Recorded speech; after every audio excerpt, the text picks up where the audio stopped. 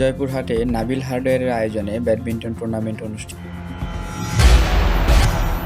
মোহাম্মদ মোরসালিন, জয়পুরহাট জেলা প্রতিনিধি। তরুণদের মাদক ও সন্ত্রাস থেকে দূরে রাখতে জয়পুরহাটে নাবিল হার্ডওয়্যারের আয়োজনে ব্যাডমিন্টন টুর্নামেন্ট অনুষ্ঠিত হয়ে গতকাল সন্ধ্যা 6টা থেকে রাত 10টা পর্যন্ত জয়পুরহাট সদরে আমদই ইউনিয়নের কলিকাদোয়া গ্রামে মোট 8টি দলের অংশগ্রহণে এ খেলা অনুষ্ঠিত হয়। মোর্শেদ হার্ডওয়্যারের প্রোপাইটর গোলাম মোর্শেদের সভাপতিত্বে প্রধান অতিথি হিসেবে উপস্থিত ছিলেন বিএনপির জয়পুরহাট সদর উপজেলা সাধারণ সম্পাদক আবু রায়হান উজ্জ্বল। বিশেষ অতিথি হিসেবে উপস্থিত ছিলেন সার্জেন্ট আমদই ইউনিয়ন বিএনপির সহসভাপতি আলহাজ জাফর ইকবাল নাসির, জয়পুরহাট ট্রাফিক বিভাগের অফিসার ইনচার্জ জামরুল ইসলাম, আমদই ইউনিয়নের সাবেক চেয়ারম্যান আলহাজ গোলাম রব্বানী চৌধুরী, জয়পুরহাট জেলা প্রেস ক্লাবের কার্যনির্বাহী সদস্য সাংবাদিক আহসান হাবিব। প্রধান অতিথি আবু রায়হান উজ্জ্বল বলেন, সমাজ থেকে সকল অন্যায় দূর করতে হবে, ষড়যন্ত্রকারীদের সকল ষড়যন্ত্র রুখে দিতে হবে। সেক্ষেত্রে তরুণ প্রজন্মকে ভূমিকা রাখতে হবে। খেলার মাধ্যমে তরুণদের শরীর ও মনকে সতেজ রাখে। এই তরুণরাই আগামীতে আমাদের দেশকে সঠিকভাবে নেতৃত্ব